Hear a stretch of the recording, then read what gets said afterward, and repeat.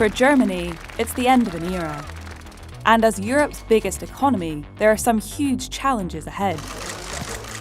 From its increasingly complex relationship with China to climate change, all eyes will be on how Germany's new leaders grapple with these issues. But there's one German industry that reveals a lot about the country's prospects. It's cars.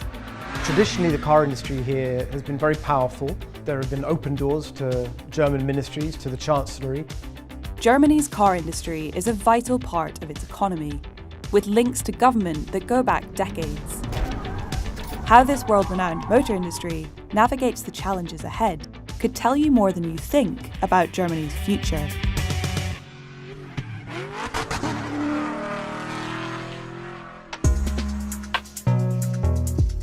The curves, the precision. It's cutting-edge engineering like this that has helped place car makers at the heart of the German economy. And the industry has proved a bellwether for the country's future prospects too. Since the 70s, car exports have risen with Germany's wealth and influence. Manufacturing is incredibly important in Germany. It represents around 18% of GDP, and of course the car sector represents a very large part of that. It's not quite, where the car industry goes, Germany goes, but this sector is absolutely crucial to the future of Germany and the future of its industrial model. But that industrial model could be under threat. After over half a century of global dominance, German car makers are now playing catch-up. And it's not just the car industry that's losing ground. In 2000, 7 of the world's most valuable companies were German.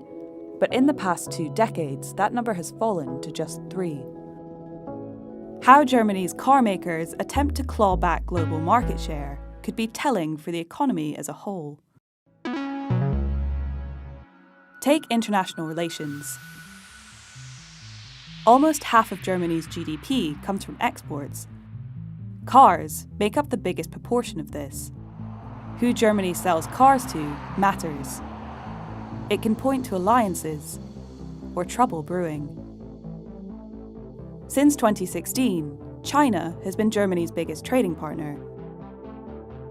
In 1998, German trade with China was worth $16 billion.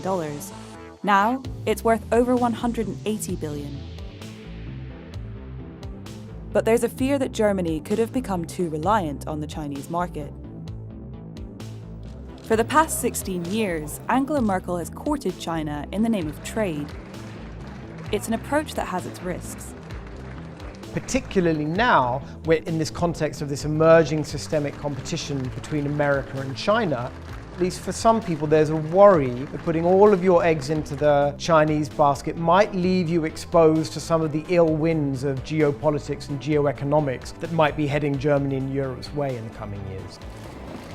There is a strong sense that Germany's China policy is going to have to be recalibrated basically on pretty much every single front. Germany's new leader will face the same challenge as its car industry. How to keep their biggest trading partner on side without ending up in its pocket. China already leads Germany in one crucial aspect of manufacturing: digitalization. This is not traditionally a country that has been closely associated with digital innovation. It's going to be a big challenge across a whole range of domains. We look at car makers, and it's, traditionally engineers have been at the heart of what it is that car manufacturers do. Making components, fitting them together, making them look beautiful. The digital skill set has traditionally taken a back seat, and that's going to have to change. And it's not just Germany's car industry that needs to modernise. Before the pandemic, 2/3 of German businesses said they still regularly used a fax machine. And only 1 in 3 German companies have a central digital strategy. Just 8 years ago, Angela Merkel became a meme when she referred to the internet as Neuland, the German for uncharted territory. The next government is probably going to have to be a lot more digitally literate than the ones that Angela Merkel has led for the last 16 years.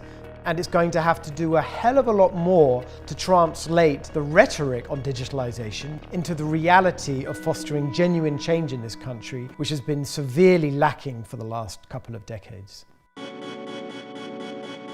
But there's an even greater challenge that could define Germany's global relevance: climate change. Here, Germany's car industry is a microcosm for how the country will need to radically shift. Traditional forms of power will need to be replaced. For cars, that means a race to go electric. Nachhaltige Mobilität ist ein Grundkonsens in unserer Gesellschaft. Oliver Zipse took over as CEO of BMW in 2019. He's overseeing one of the biggest shifts in the company's history, a commitment to battery-powered cars. The whole car industry is launching a lot of electric vehicles now, and BMW is on the forefront of that. I think we need to speed up our efforts to keep up with the electromobility demand. It's a big market developing. Of course, we want to increase our profitability, and with the right set of components, products, I think that can be a very solid business foundation. Climate change has forced this shift to a greener future, but it was American, not German engineering that first realized it. An electric car can be the best car in the world. Although an early investor in electric technology, BMW has now fallen behind rivals in the e-car market.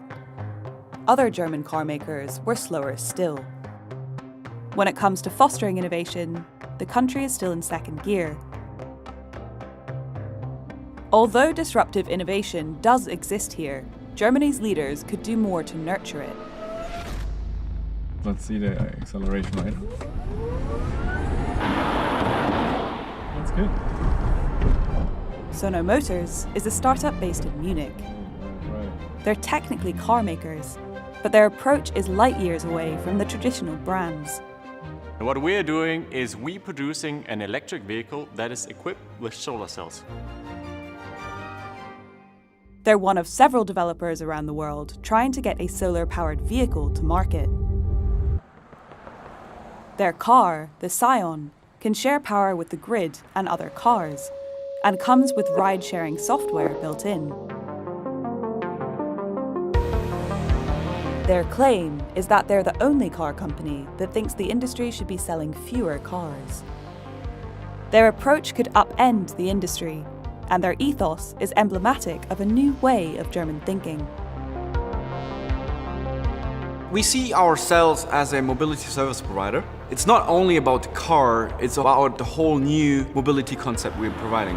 Car sharing, ride sharing, power sharing, a car itself, solar integration, solar technology we sell to others. There's a whole new approach on how we think mobility should look like in the future. Small companies like Sono have the vision for a greener future, but Germany's politics may make it hard to realize.